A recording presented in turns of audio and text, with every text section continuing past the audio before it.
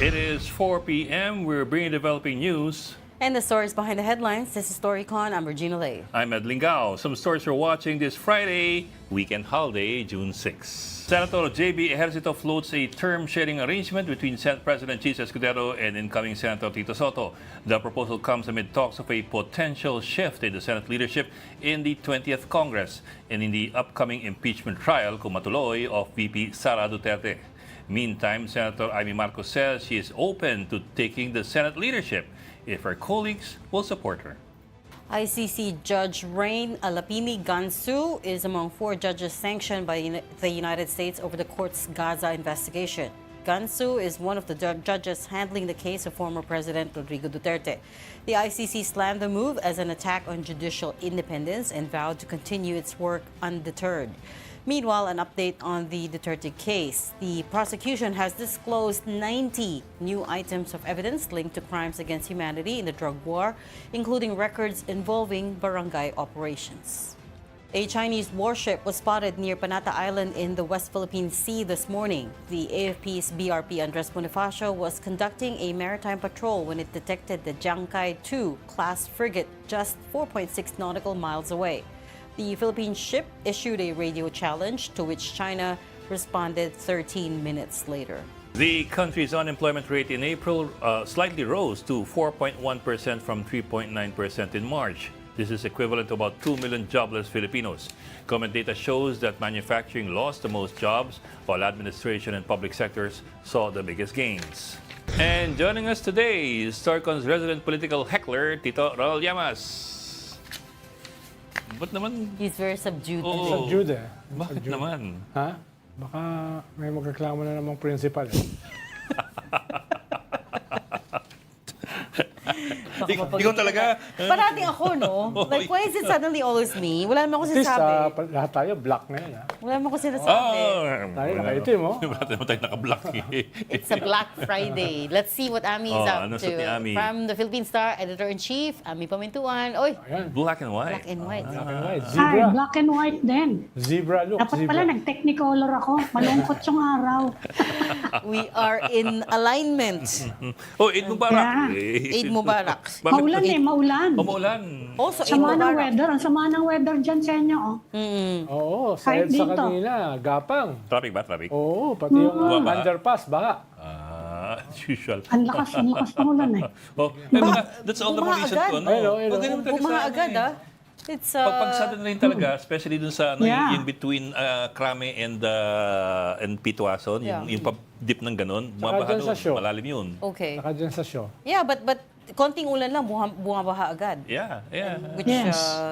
was gonna be my segue to the EDSA rehab, but buti na lang na-suspend. Sabi nga ni Ami, isang planeta ka ba nakatira?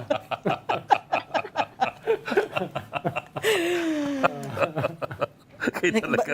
Kung bakit nagugulat pa ako eh, no? Ronald's point is, I mean, well, as you can see, konting ulan lang, di ba, bumaha na, and we're still talking di ba about a Lasal major, ka galing? it's a Di rehab. bahain yung lugar Bahain ninyo? nga. It Oo. hasn't changed in the last 30 years. It hasn't improved.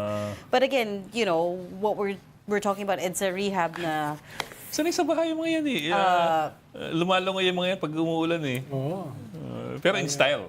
Lalo na doon sa Lagos Nilad. Ako, malayo na yung lugos nila. lalim doon. Talagang Lalim. lagos Ronald, talaga yun. kapag ganyan kasama weather sa 11, matutuloy ba yung mga rally? Siyempre, ano bang tingin mo sa kanila? Mga kwan? Mga wimps? Hindi, waterproof yung mga yan. Kwan yun. Mga kadre Sa yun. rally, yung mga dumadami yung mga ano ngayon, yung mga statement na naglalabasan ngayon. Mukhang maraming mag-rally. Calling for the trial to proceed. Marami nag-i-issue ng statement ngayon eh. Pati mga religious groups, yung Association of Yes. Major Religious Superiors. The medyo- academia as well, pati yung Yes. Department of Political Studies ng LaSalle, speaking of LaSalle. Yes. Of course, the UP Pati College of lawyers Law. group sa Mindanao. Ha? Pati Mindanao na yon ha? Pati yung aking mga dropout association, pipirma sana eh. Marami kayo, no? Kami. Malaki-laki din yun. Malaki-laki din Oo, yun ha? kasama si Kwan doon, Patrick Paez. Sabi na nga eh. Yung mga sama nang hindi nagtapos. Yan, yan. Did you just compare that Pero, group to ang tanong, College of Ronald, Law? tatablan ba? Ha? Tatablan ba yung mga pinapatamaan Sabi mo nga kay... Tatablan kaya. Sabi mo nga kay Reg nung isang araw, saan planeta ka ba nakatira? Pero, I have to say, medyo Ang masakit. kakapal ng mukha nun, para tabla. Kaya nga, medyo masakit yung sa UP College of Law because don't forget, Cheese Escudero Yeah. graduated from UP College of Law. Yes. So for his alma mater to come out right to say that, these are very strong words yung statement nila. Basically saying that Yeah. the petition to dismiss is grounded on nothing. Walang legal basis yon, and the Senate has a constitutional duty to proceed with the trial. Ang linaw-linaw naman kasi ng Article 11 na ilang beses binasa ni Ami. May nakita ka ba doon, Oo. Ami, na de facto Wala. dismissal? Wala. Sabi sa ko nga buhay eh, yung katingin. grammatical acrobatics. Grammatical Meron dong acrobatics. Oo. Merong forthwith. Merong forthwith. Oo. Yung forthwith nandun. Yung forthwith, ang transition na is fourth month. Parang hindi lang eh. What do we Nakaka-fifth month na eh. what do we think of this term sharing idea? Parang magulo, no? Parang, Term sharing between Cheese and Parang hindi pa Tits and natatapos yung 19th Tito. Congress eh. Oh. Hindi pa nagko-convene eh. But they're Term already, sharing na eh. kaya nga, but of course they have to position, right? They have to start making movements. Si Senator Ping yesterday told us Pero dapat tahimik lang yan. mahirap magkampanya. Tahimik lang dahil 19th Congress. Hindi kasi hindi magandang Hindi tingnan. hindi pa nila ginagawa yung trabaho nila as 19th Congress. Ang laki pa ng pending eh. But the stakes are very high this time around kasi because you've got a trial looming, right? If it comes to that. So that's why they have to talk about the Senate presidency na. Importante yun this time around. But the idea of term sharing between these two gentlemen, what do we think of that? Tingnan mo, pinload na ni Amy yung sarili niya. Wala lang ang takers. You don't know that. Baka meron in the background. Sino? Well, I don't know. Sabi mo nga, it has to be behind the scenes, quiet lang, di ba? Nga, Oo. Mali mo, Ibig may sabihin, backer siya. Oo, dapat wag mo na i-float yung sarili mo dahil behind the scenes yun. Wait, teka, yung guest natin yun na. Nakita namin Yes, yung guest nandiyan natin. na. Yan. Ano, let's bring him in. Okay, so, well, Okay. wala pa yung wala pa yung cue. But, okay, but anyways, the Marcos administration is on a campaign to combat fake news. To talk about how that's going, we've got with us for the first time Presidential Communications Office Secretary Jay Ruiz. Welcome to StoryCon, Secretary Ruiz. Thanks for making time for us. Ay, Good Thank you, afternoon, guys. Secretary. Secretary, Good good afternoon, afternoon. mga boss, mga book. Of course, ito, kayo po yung mga atit kuya ko eh. Uy. Magandang hapon po sa inyong lahat. Walang ganyanan, Siyempre sa ating mga Muli kami nagkita ng Secretary sa Burol eh. Did he just call me ate? Oh my God. No, Walang ganyan. Okay. Si Ami mas mentor matanda. or idol, mga idol. Okay. ako tita. Probably not Regina though. Okay. I think Regina's probably mga Bumenta. Ay, ayan na. Thank you. Because of that, we're gonna go easy on you. Si Joke lang. Secretary kasi Mr. Suave yan eh. Mula dati pa Mr. Suave na yan. Okay, first of all, congratulations on getting retained. But if I understood correctly, you haven't been confirmed by the CA kasi they ran out of material time. Do you have any more idea at this point? Kailan kaya mangyari yun? I don't know. I don't know if it will happen this Congress, maybe next Congress already. So if ever, I will have to be, I think I will have to be reappointed or maybe, reappointed again by the president if ever I won't make it this Congress. Because they already still have a lot of, the Senate has still a lot of things to do. So, Yeah. naintindihan din naman namin na yun, nawalan ng oras para dun sa confirmation namin ni Sec. Henry Aguda. Pero Sec, confirm naman na, you are retained in the cabinet. You're not one of those, one of the five na Hindi, tinanggap yung kanyang kwan eh. Tinanggap yung, nireject. nireject yung Nireject. kanyang courtesy resignation. So that's a done deal na. Well, what the executive secretary told me is just focus on the job, do your job well, and continue what you're doing. And then, sabi naman niya, tuloy ka pa rin. So ako naman, I just do my job, I continue with it until the president says so na tigil na. I'm just like any other soldier. Just like any soldier, diba? I serve at the pleasure of the president. Yeah. Saka kumpara naman kay Secretary Aguda, wala namang mga letters na umabot sa CA eh. Parang may Opo, intel tama ka. po yun. Laban sa Tama inyo. po yun. No? Parang may Wala intel. pong opposition Sec, po.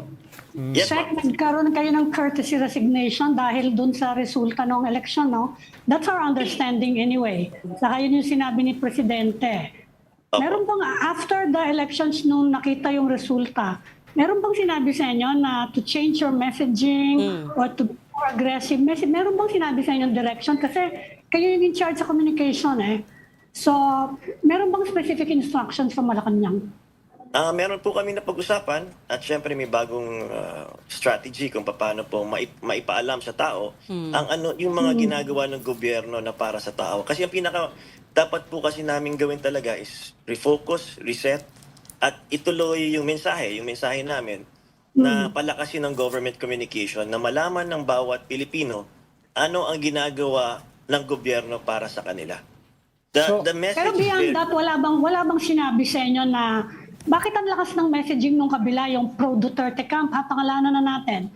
Hindi ba sinabi sa inyo na dapat mas agresibo kasi kayo na kontrahen at i-depensa yung mga ginagawa ng gobyerno related to the Dutertes? Meron bang ganong instruction? Dagdag, Ang Secretary, nakikita po- sa tanong ni Ami, no? Dagdag lang sa tanong niya. Meron bang ganong assumption na may problema or weakness yung communication bago itong reset na binabanggit nyo na kailangan na baguhin or mag-adjust? Ang nakikita po namin dito is batay sa resulta ng eleksyon. Yung mga tao po sawa na sa pamumulitika at gusto nilang makita na ang gobyerno is working for them. Kasi ang nangyayari po dito, panay na lang po ang pag-aaway at pamumulitika, tila nakakalimutan na dapat gawin din at i-focus din natin po at pag-usapan yung mga problema ng bansa na dapat tugunan po ng pamahalaan. Pero So, Secretary, malaking bahagi Yes, sir. ng pamumulitika galing sa mga kalaban nyo eh. No? Galing from the other side na kailangan nyo sagutin, di ba?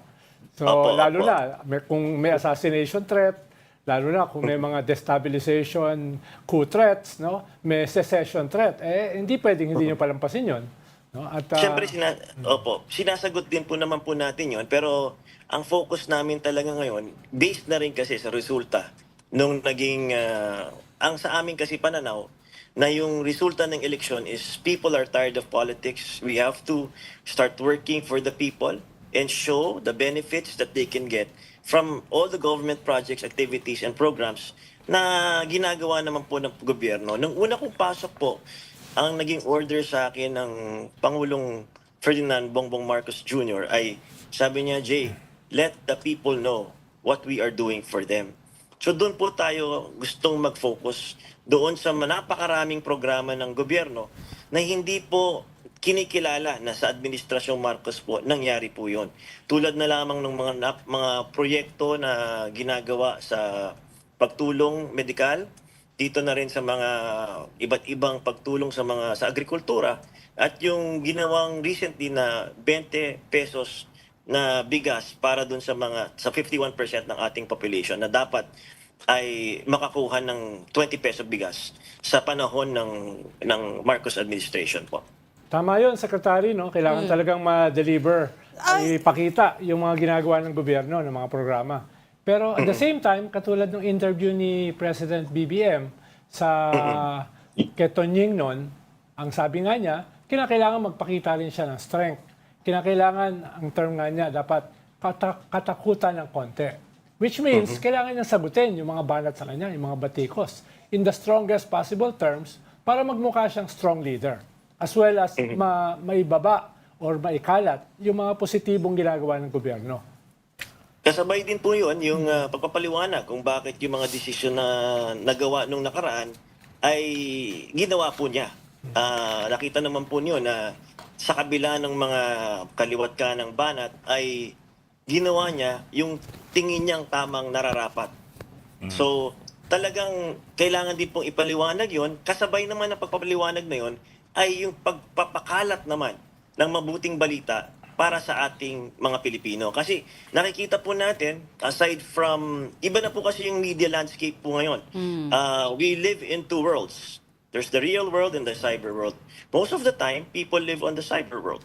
Marami dyan sa ating mga kababayan, parating nasa social media. Ang problema ngayon sa social media, napakalakas po ng fake news, yung papapakalat ng mali o kasinungalingan sa online sa social media. Kaya doon po rin kami tumututok na maipalawanag sa tao at sana mas mabilis po yung pagtanggal ng mga post ng mga fake news. Yun ang po nagiging, ang kailangan, ang tingin po namin kasi, aside from yung traditional, kailangan tumutok din, sumento rin kami sa digital information. Ang problema sa digital information, maraming, mabilis ang pagkalat ng fake news doon at mahirap yun i-take down yung kanilang mga posts. Pero, So Sec- ginagawan din po namin ng paraan yung kung paano mapabilis yung pagtanggal ng mga fake news at kasinungalingan sa ating mga social media platforms. Sec, zooming into that,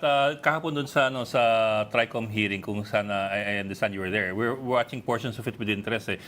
May ilang panukala ang gobyerno, particularly from your end and from the ICT, on what has to be done as far as government is concerned and what can be done and should be done with regard to fake news. Can you run us through at least very quickly yung inyong mga panukala? What does government have in mind in terms of addressing the issue of fake news? What we have in mind really is regulate or content moderation and have some standards when it comes to taking down fake news. And we are putting that responsibility on the platforms, social media platforms. The problem with our social media platforms is they do not have their own headquarters here. Wala po silang headquarters dito. Hindi po sila nagbabayad ng buwis, pero pinagkakakitaan nila ang mga Pilipino. Look, let's take a look at Meta. Kapag ikaw, ito si Meta, nag-post ka dyan, may post na fake news. Sinabihan mo, like for example, in our case, before the elections may lumabas na memorandum of agreement. No, it's not a executive, a circular apparently coming from the office of the executive secretary. Teka lang, sabi ko, fake to Bakit kumakalat? So, it was propaganda, tapos black propaganda. At kami naman on our part, I called the ICT and CICC. Sabi ko, can you check on this? Asik Aboy, kasi fake to Can you ask Meta to take it down right away? So, what happened was, tawag sa akin yung CICC, sabi niya, Sec J, ayaw pumayag ng Meta na ibaba. Bakit? Sabi ko, may set sila of community standards. Sino magsasabi? Di ba government, sinabi na natin na hindi atin yan? Why can't we take it down? So even if we ask them to take a fake news down, ayaw nilang gawin. So yun ang problema. They Right. have their own set of standards, habang tayo wala. Samantalang, if you look at it, itong mga to, they're parang lumalabas na. Tumutulong sila sa pagpapakalat ng fake news dahil hindi nga nila binababa. Ang sa kanila is, ang may responsibility ng post na yon, freedom of expression para sa kanila yon. Yes, Tapos correct. ang may risk po doon ay yung nag-post, hindi yung platform. Hindi naman pa Yes. pwede yun. Well, Tulad na lang ng... Well, right. Exactly, Secretary. No? Pag nung sinasabi nyo yung i-regulate, how do you do that? No. Without threatening them? No, Halimbawa, actually, well, wait, okay, so I hear what you're saying about putting the responsibility on the platforms. But the issue there is not the fact that wala silang headquarters or offices here. The issue is at the very top, Mark Zuckerberg himself doesn't believe in regulating free speech. As you said to him, all of this is free speech, and he doesn't believe in being a gatekeeper. Yun nga yung issue, right? Because traditional media is a gatekeeper. We take that responsibility seriously. Pero yung now that everything is online, the digital platforms don't see it the same way that we do. So they don't believe in gatekeeping. And I don't think it's possible for us to be able to convince them at some point that you have to, moderate or regulate your content in accordance with what we think is right. sinara nga So, nila ano yung mga fact-checkers. Right. So, Sinara nga Yun nila ang almost problema. all. So ano yung workaround nyo to that? If let's assume at this point, Mark Zuckerberg and the rest of big tech is not gonna go into, well, we lost the line, but Wala siya. Hindi, nakikinig ako sa sinasabi mo. you get my point though. So you can talk with me, no? Okay, all the big tech, the headquarters themselves mismo don't believe in content Yun nga yung regulation. line ko kanina. Yes. Na unless merong sanctions, may threat sa mga big IT, Hindi naman sila, Let's say you threaten them Halimbawa, here. They halimbawa, could easily just pull out. halimbawa, TikTok. Exactly. Ako something more basic eh. Oh. Do we leave it to government to set the standards on Correct. what is true There's and also what is that question. false? Halimbawa, Right. TikTok, That- tinreten ng US government. Yes. Diba? Sorry guys. Oh, yan, nakabalik na, nakabalik na. Si Sec is Ano back. Sorry sir. Thank you for coming back, sir. Nasa biyahe po ako. Yeah, we understand, sir. But thank you for Oo, coming back. nakikita namin, oh. It's an interesting Sige, Sec. discussion eh. Reg. Sige, Reg, go ahead, sir. Yes. Of course, freedom of expression also has responsibilities. Hindi naman total freedom of expression yan eh. May karapatang responsibilidad yan. And the right to information, it says right to accurate information. Ang problema, tayo pinapayagan natin. Did you know that in Singapore, since 2019, meron na silang regulations Yes. dahil sa mga social media platforms? And even in the European May balak Union. ba kayo? Yung tatanungin ko yung senior sec, may balak ba kayong gayahin yung yung sa Singapore? They can actually tell the platforms na kapag sinabi ng gobyerno na mali yan, and we have proof na mali yan, we have to take it down. Yes. May balak Yun ba nga. kayong gawin yun? Yun po ang dapat nating gawin. Hindi lang sa amin. Kasi kung sa gobyerno nga, hindi nga namin kaya pa-take down. What more the ordinary citizen? Well, exactly. Paano kung binuli yung isang tao, Yeah. fake news, nagkaroon ng mental health, nag-suicide? Kasi nabully, o sino may kasalanan? One time, yung iba naman sa consumers, yung sa Shopee, nakabili ka ng hindi tama, sakal magrereklamo, sasabihin nila, edi magreklamo ka sa Shopee, hindi naman nila ibabalik yung sarili mong, yung pera mong naibayad mo na sa nag-scam sa'yo. Yung mga matatanda na naniniwala sa mga fake news, sa mga online scams. Ang dami pong biktima po ng fake news. Hindi lang naman to, it's not just a battle of the present. This is the battle of the present and the future. It's a battle of lies and truth. Because Pero, Sec- a lie told 1,000 times drowns out the truth. Would you Yes. like to have our generation of Filipinos to decide on something purely on lies? Pero Sec, Paano na, something more... even your democracy is endangered by that. Kapag yung boto mo, Yeah. you base it on lies. In fact, like, on my part pa nga, I think, kasi yung business model ng Meta, di ba, yung subscribers naman nila, free yan eh. How do they make money? They make money out of advertisements. Yes. Oh, They make money out of advertisements. And yet, they do not pay taxes. Kayo, mga local networks, publishers, radio, nawawalan ng advertisement, lumilipat sa social media, sa mga social media platforms. But you guys, you pay taxes. Sila hindi. So, una, may fairness ba doon? Wala. Kayo, may responsibility kayo, nare-regulate kayo. We have MTRCB, Kapisanan ng Broadcasters ng Pilipinas. Bakit sila hindi pwedeng i-regulate? Okay. Sec, ang pagkakaiba natin sa Singapore.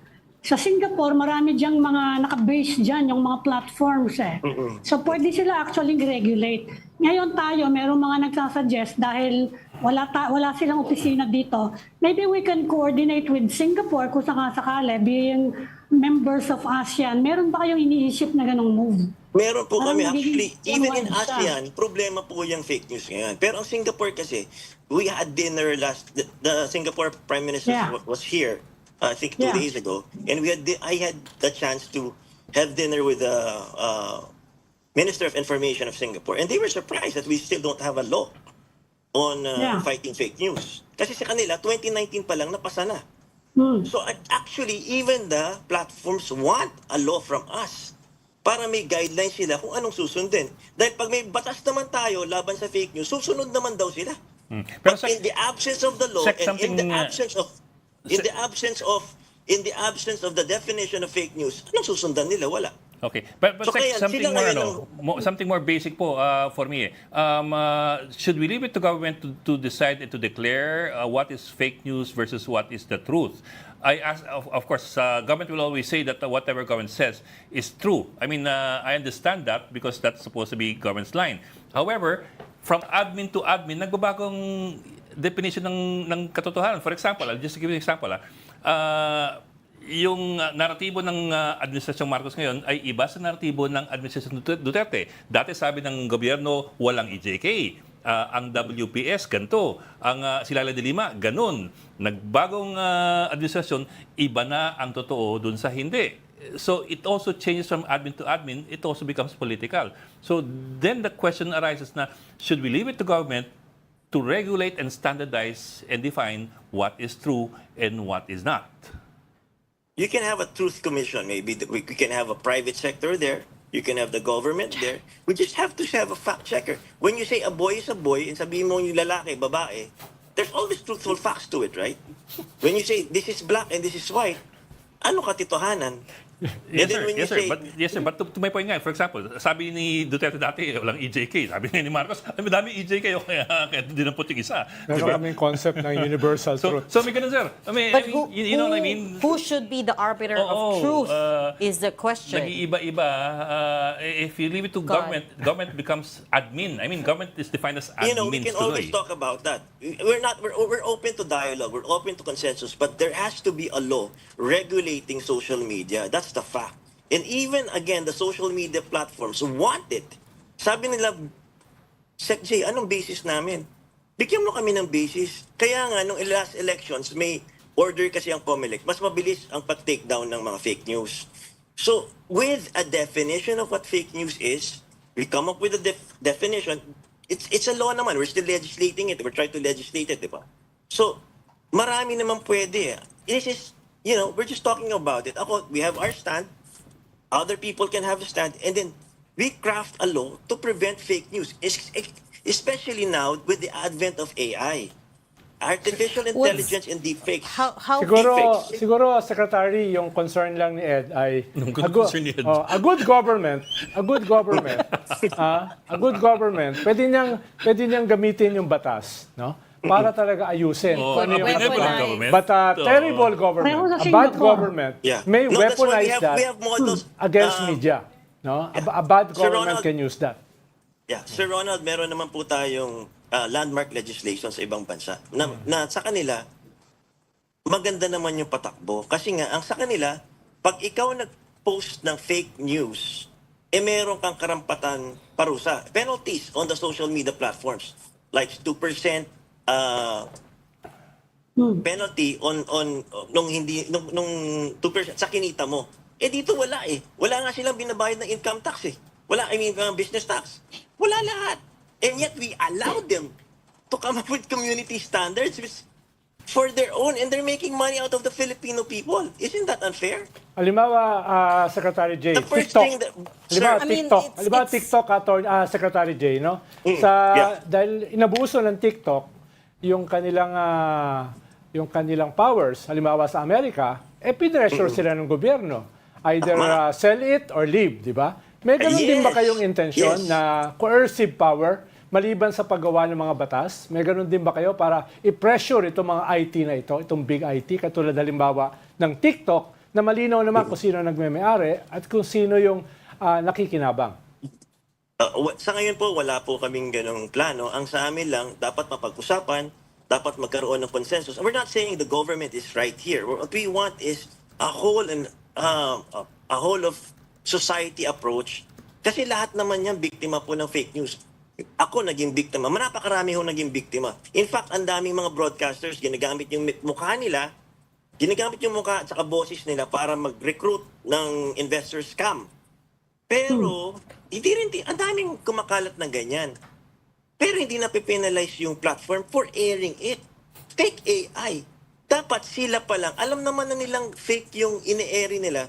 Kasi, syempre, mas mataas naman yung technology ng iba't ibang social media platforms.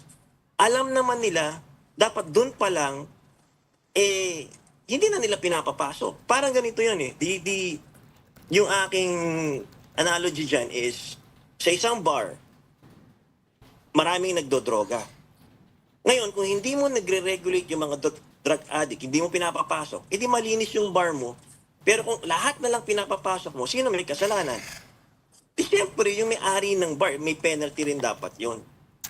Yun, kasi nga, I don't know about comparing it to drug sec, pero to your point about it being unfair, I have to say, it's also not their fault that the law hasn't kept up, right? This is the nature of the digital world that we live in, right? So our laws haven't kept up with it. You're talking about not them not paying taxes, but it's also because we don't know how to tax digital companies that don't have, headquarters, that here. don't open offices, physical offices where they operate, right? Ganun talaga. That's just the nature of our The beast. world, of the modern world. Pero I wanted to ask you what how far we want to go with this legislation. Are we only looking to penalize fake news or also propaganda?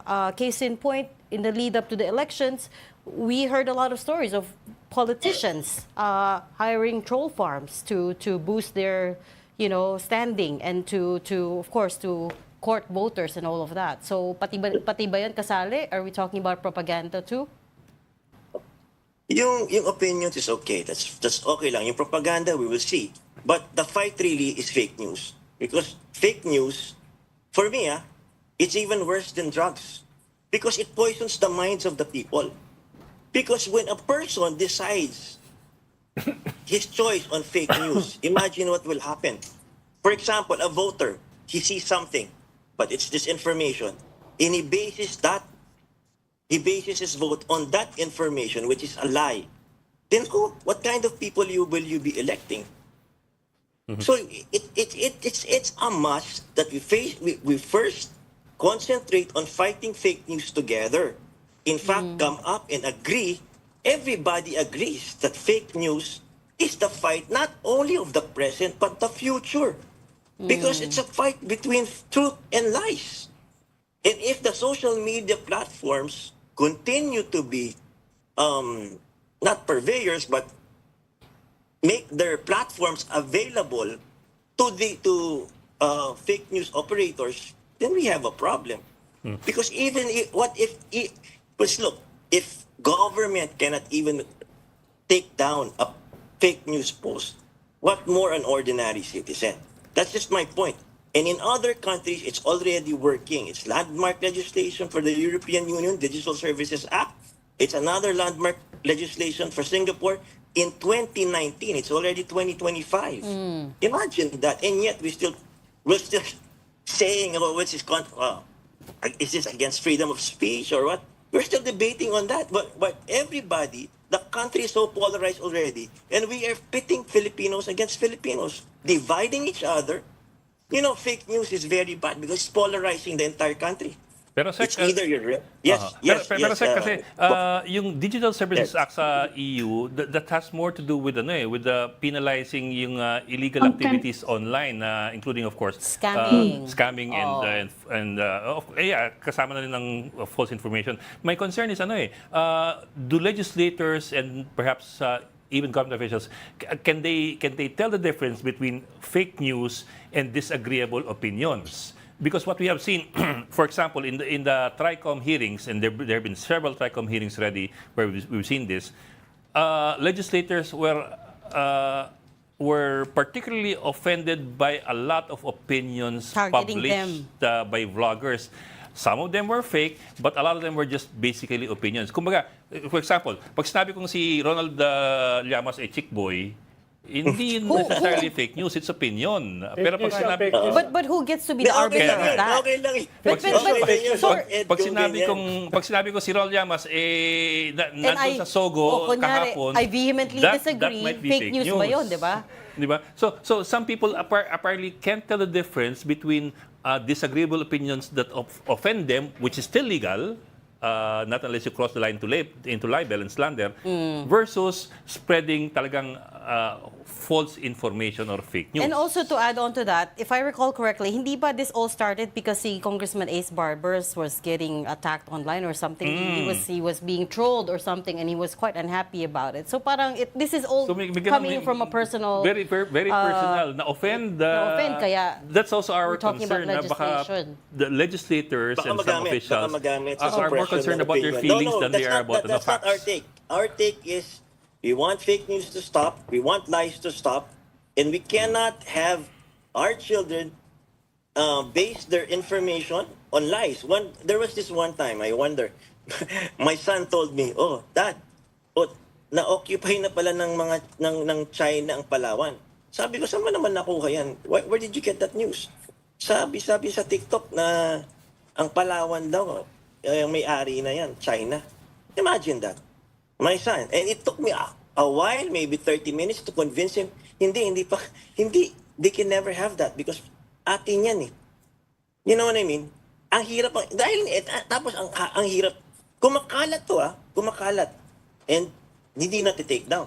So we will ask, now, people base their decisions on what they hear and what they see online. Right. So, Sec. Jay, yun may ang problema proposal doon. ngayon, no? May binanggit within the week lang, may proposal na kailangan daw bigyan ng franchise yung mga platforms. Will you support that? Oh, nabanggit kahapon yun sa hearing.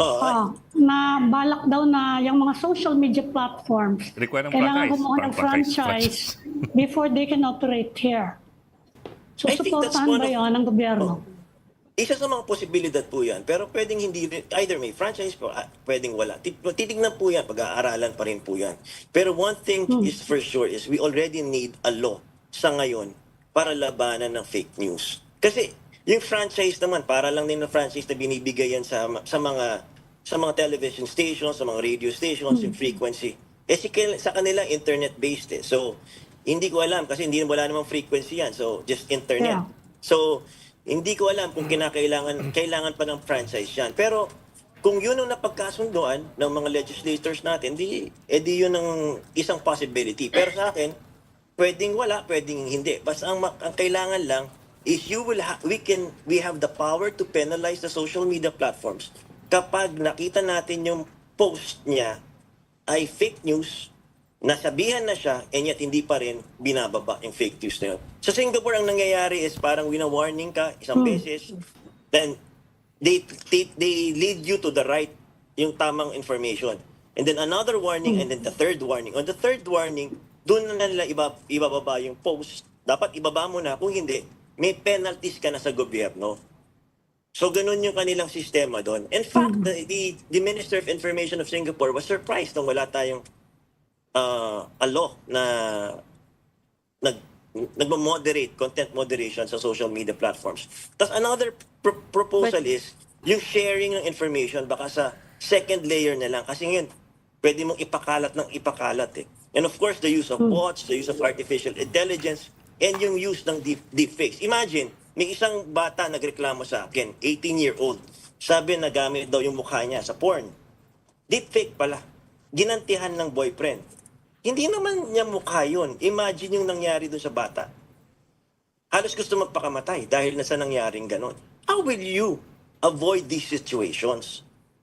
Halimbawa, So, ang dami pa, Secretary, it's not just in consumers, it's just not hindi lang sa mga migrant workers yan. Ang daming biktima, lalong-lalo na sa mga senior citizens at mga OFWs na gustong mag-invest. Ginagamit yung mga credible sources of information natin, yung mga mukha at saka boses. One time, ginamit yung mga tycoons. One time na mga newscasters. Recently, ginamit si Maris Umali, ginamit yung mukha ni Pia Gutierrez, and many, many others. So these halimbawa, are the Secretary, dangers.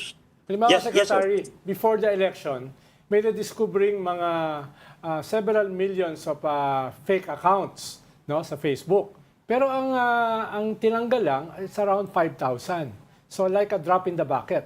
It may have influenced the elections. So halimbawa yan, major yan. Dahil hindi lang yan simpleng fake news. Parang nasa level yan ng election fraud na wala sa ating election laws. So yan yung isang specific case na yung ganyang klaseng problema ay nagtatranscend sa politika. Diba? Nagtatranscend sa eleksyon. So anong gagawin natin dyan? Halimbawa, hindi naman pwedeng sabihin lang natin na hindi natin, wala tayong magagawa dyan. So yan, very specific yan. Dahil, kunyari, nakita nila yung forensic study dyan, marami dyan sa mga fake accounts na yan ay galing sa China. So it's almost on the level of foreign invasion. Pero what are we doing about that? We're trying, yun nga po that's why it's very hard really.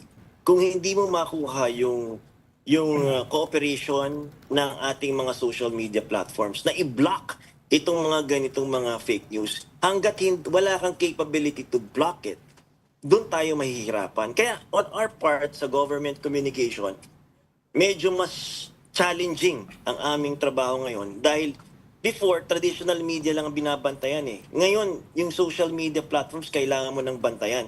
Para pag nakikita mong tumataas na yung sentiments ng tao tungkol sa isang fake news, dapat may i-flag mo na kaagad. Ika-counter mo na kaagad. Lalagyan mo na ngayon ng fake news. Ilagyan mo na ng label. Tapos, ginagaya na rin namin yung Singapore na dito, itong tunay. Itong tunay na information. So, hanggang ganun lang po ang kaya namin. Pero, kapag nga may regulation na at may penalties laban sa mga social media platforms na pumapayag na ma-post or hindi tanggalin itong mga fake news na nasa kanilang platforms, talagang mahihirapan po tayong manalo laban dito sa fake news po. Pero sir, Pero tinataas niyo ba yung engagement niyo? Halimbawa yung TikTok, we all know it's owned by ByteDance, na may links of course to China, no? Opo. Pero kung hindi niyo makontrol, tataasan niyo ba yung engagement ng gobyerno with TikTok, for example? Will you use the platform para sa purposes din ninyo to But of counter kung ano yung nakikita natin doon? Ma'am, yun na nga ang problema. Isipin nyo naman, isang buong platform kalaban mo. I mean, kung ginagamit po yan ng ibang bansa, at hindi lang yun, napatunayan na sa isang investigasyon na talagang may foreign interference. At laban dito nung last election. So, isipin mo kung gaano karami nagpa-flood dito na lumalason sa utak ng mga Pilipino na ito ang tamang balita. Yun nga lang, yung pagsasabi pa lang na amin tong Palawan, amin tong West Philippine Sea, nilalason na yung, yung information na yun, nawawala na, nade-demoralize na yung mga tao. Kasi nga, yung propaganda nila na hindi naman inyo to talaga ng mga amin to, baka paniwalaan ng mga yung susunod na generation ng Filipinos na hindi na nila ipaglaban yung West Philippine Sea. Kasi nga, nakukondisyon yung mga utak nila na ito ang tama sa pamamagitan ng fake news. So, kailangan po talaga, like what you said, TikTok is owned by ByteDance. it's a Chinese company. So, paano mo lalabanan yan? Alam nga naman, ikaw maglalabas din ng sayong sariling post. Pero alam mo naman, malamang minomoderate na yung content mo doon. Hindi na nila sinishare. Kahit sinishare mo pa. So, ang gagawin mo ngayon, dapat siguro meron din tayong Filipino-owned social media platform na doon na lang tayo mag-discuss kaysa yung mga ginagamit mo. Puro mga foreign platforms na hindi naman nagbabayad ng buwis at ayaw magpasakop sa ating mga panuntunan dito sa Pilipinas. Pero sir, well, let me say this first that this what I'm about to raise predates naman your appointment. I mean, this was before you were appointed as PCO. But part of the conundrum and the complexity, I suppose, is the understanding that the President Marcos's camp has been linked in the past to past campaigns that involved fake news. For example, na walang ill-gotten wealth, na Metaliano gold o may Yamashita gold, all these things in the past. That complicates the position of government now when it says that it's in favor of regulating fake news. In fact, most of the coverage leading up to the 2022 elections from international media pointed to The campaign. The online campaign specifically. Let me read you one headline from the Los Angeles Times. Dictator's son uses TikTok to lead in Philippine election and rewrite his family's past. So based may on ganun what pong Ed complication. was saying. Again, like I said nga, this of course predates your appointment. So, but you're left holding the bag right now. Yeah. Pero how do we... Ed, yung sa amin naman is we want to talk about it. We want to come up with a consensus. We want, to be an issue and that we have to take care of as a society. Hindi lang naman to about politics. It's just about not the Marcoses, not even the Dutertes, not even about the yellows or the pinks. It's not about that. It's about stopping lies on the internet. It's as simple as that. Wala naman kaming agenda dito, political agenda. Our agenda is to ng katotohanan lang, ipaglaban. That's all. Walang ibang intention of politics dito. We don't even want to, kasi lahat naman tayo, we all want the truth, right? Yun naman ang purpose natin. And when if you just want to stop posting fake news and social media platforms na walang penalties, na wala man lang parusa sa kanila pag ikaw, puro fake news ang laman ng social media mo. Imagine, ang artificial intelligence, by the way, is open data. If you keep on feeding negative information and fake news on AI, yung magiging laman ng artificial intelligence mo, puro negatibo din. And most probably, baka puro negative news and fake news din yan. See, it's so hard already Yep. that even in traditional media, we slant our stories to the negative instead of the positive. I remember I did a study. In traditional media, it says that 8 out of 10 stories, negatibo yan. Whether it's for the country, whether it's for the Filipino. I remember when I was a police reporter in ABS-CBN, I stay overnight, 12 hours a day, looking for the worst crimes and worst stories of the Filipino in Metro Manila. Nandyan yung massacre, nandyan yung lolo, ginahasa yung kanyang mga apo, the worst kinds. And yet, we did not balance the good and the bad. It was always negative news for us. I think the problem with the Filipino is we are our own worst enemy. We should inspire people. We should give them inspiration. Kasi hope. Kasi nangyayari ngayon sa atin, we tend to lean to the negative. Negatibo na nga sa traditional media, negatibo pa sa social media. How can you inspire hope? And now everybody wants, whether you're rich, whether you're middle class, whether you're poor, the aspiration of the Filipinos to go abroad and leave the country for a better future. If you're rich, you want a golden passport to Portugal. If you're middle class, gusto mo mag-aral abroad. If you're poor, gusto mo maging nurse or caregiver somewhere else. That's not Pero- because of misinformation, Pero sir. maganda sec No, yung I'm ginawa saying ni not Juan. just misinformation, Yeah. but negative Maganda yung ginawa information and negative ni news. President Bongbong Marcos during the campaign, Secretary. Lalo na nung sinimulan niya yung nag-launch nung kampanya ng alyansa. Talagang nag-focus siya sa negative dahil yun ang kailangang solusyonan eh. Nung binanatan niya yung crimes against humanity ng previous president, nung binanatan niya yung betrayal ng national sovereignty ng previous government, nung binanatan niya yung massive corruption ng previous government, nung binanatan niya yung mismanagement ng pandemic ng previous government. Ibig sabihin, hindi masama yung ganong klaseng negative eh. Dahil yun ang kinakailangang banatan eh. Yun ang kinakailangang bigyan ng solusyon eh. Kaya not necessarily negative, pero very compelling yun eh. Ang problema lang, parang mag-isa siyang nagbabanggit nun. Yung kanyang slate, hindi masyadong in-echo yung kanyang sinabi. Kaya siguro, isa yan sa resulta ng midterm election. Ang point ko lang, Secretary, ay that sa ganitong panahon ngayon, kinakailangan palabasin niya mga negatibo na yan. Dahil nasa isang labanan tayo na mahalaga na sa susunod na eleksyon, ay maiwaksi natin yung ganyang klaseng mga negatibong elemento ng ating lipunan. That is an opinion. Tama naman. I just want to point out. Yeah, propaganda yun. That is not a fact. That is an opinion. Okay. Propaganda. But let me just add to that. Let me just add to that. Hope does not necessarily arise from good news. Hope comes from bad news when you show that you can rise above bad news.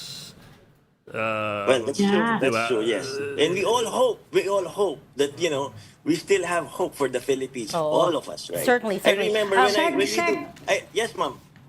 Sec Jay, tanong ko lang kasi nabanggit nyo na dapat sana meron tayong local TikTok. Meron bang initiative ang government to help ko kahit sino na mag-develop na ng ganon?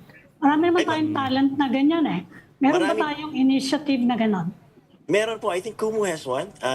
May Kumu po tayo. Tapos may iba pang mga companies na nagde-develop po ng sariling social media platforms na sinusuportahan po ng DICT. Secretary Henry and I collaborate together in many programs. At yun nga po na ginagawa namin, napalakasin po yung mga pag-develop ng ating social media platforms. Right. Pati na rin po sa pag-develop kasi kinikwento lang po nito ni Secretary Henry na merong mga magagaling na programmers na nakadevelop ng yung nakikita nila yung mga fake news at hindi na nila pinapapasok sa mga platforms. At saka yung mga, lalo na, mas madali na pa po yatang i-detect yung deepfake at saka yung artificial intelligence na ginagamit sa online. These are local Ah, firms?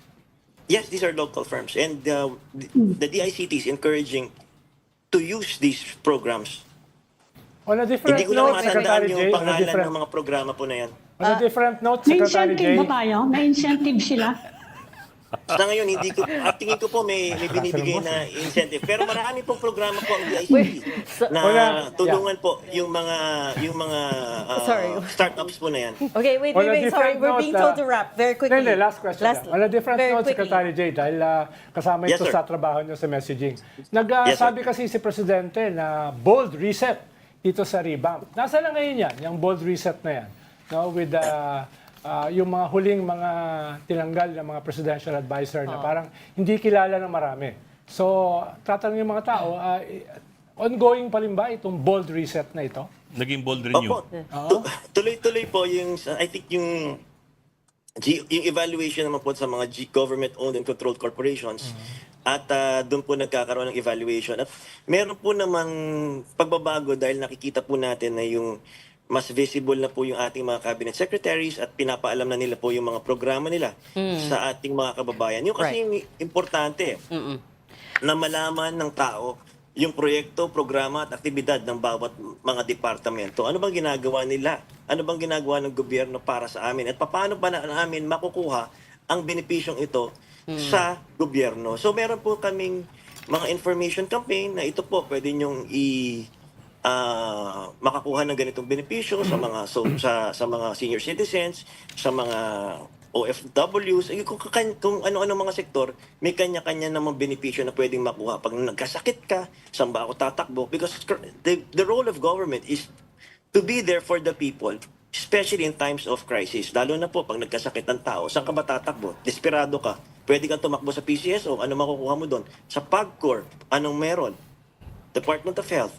Ngayon, pag linagay mo yan sa isang building lang, one-stop shop, then mas madali na rin magiging makukuha ng benepisyo ang ating mga kababayan. So yun po yung plano eventually, na padaliin at siguraduhin at yakin na alam ng bawat Pilipino na makakakuha sila ng tulong sa ating gobyerno sa Right. oras ng kanilang pangangailangan.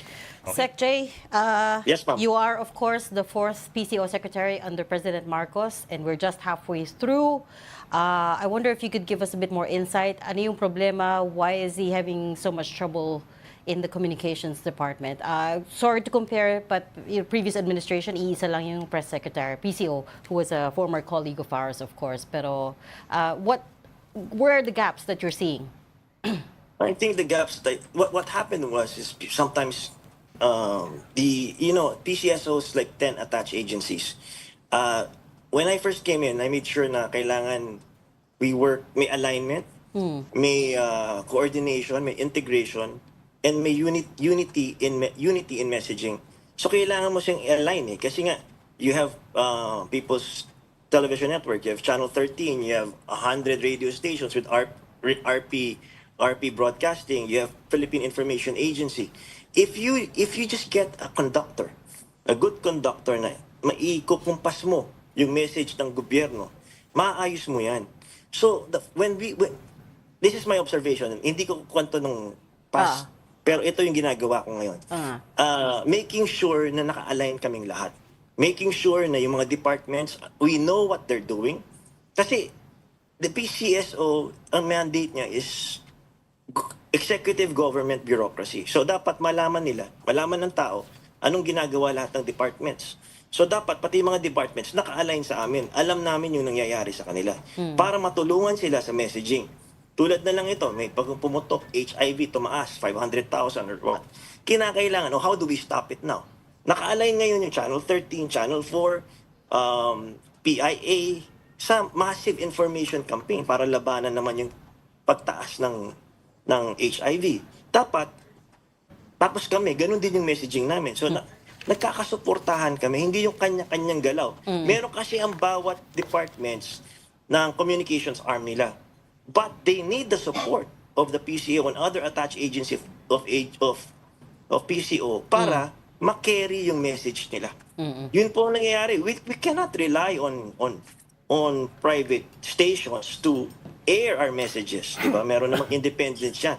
Pero dito sa PCSO and the 10 attached agencies should be aligned to promote and to let people know what we're doing in these kinds of problems and in the projects of government so that they can avail of the services of government. People can avail. And just very quickly, 30-second answer, you looking to reorganize the whole agency, the communications agency? That's what we're doing now, ma'am. It's ongoing right now. Okay, And- magre-reorganize po kayo. Opo. We did courtesy resignation sa mga ibang mga agencies. Tapos yun nga, ina-align po namin. And at the same time, we have a unified communications group na doon lahat sa grupo na yun, inaalam namin yung bawat proyekto, programa ng ating mga iba't ibang departamento po. Malaki po kasi yung bureaucracy ng communications sa, it's not just about the press briefing, pero malaki po yung mga iba't ibang attached agencies na under pa ng PCO. Okay. And on that note, we're going to put a stop there on this very insightful interview. Thank you so much for your time and for joining StoryCon today. That's PCO Secretary Jay Ruiz. We hope to have you back, sir. Thank you so Thank you, much. sir. Salamat, sir. Thank you very much. Thank you very much. Thank you, Yes, Sec ma'am. Jay. Sir, ma'am. Thank you. Thank you po. Si Ami naghanap ng local version ng TikTok eh. Meron naman TikTok. Kasi ang daming confidential funds na sa intelligence funds na ano. Parang panahon namin surveillance yun, funds. yung TikTok. Iba yung TikTok ngayon. Akala ko yung Iba TikTok yun. na Hindi ko magazine. na naman gets. Pero anyway, Okay, sige. Sige, Ami, hindi ko, I don't know what they're talking Paborito about. ko yun, yung TikTok Ewan ko. magazine. Thank you for joining StoryCon today. Ami Pamintuan, Editor-in-Chief of the Philippine Star. Ronald Llamas, a resident political, it keeps saying Heckler. pundit, pero sabi niya heckler. Join us again on Monday, 4 p.m. to StoryCon. I'm Regina Lay. I'm Ed Lingao. We are One News, all sides, all the time. Happy weekend.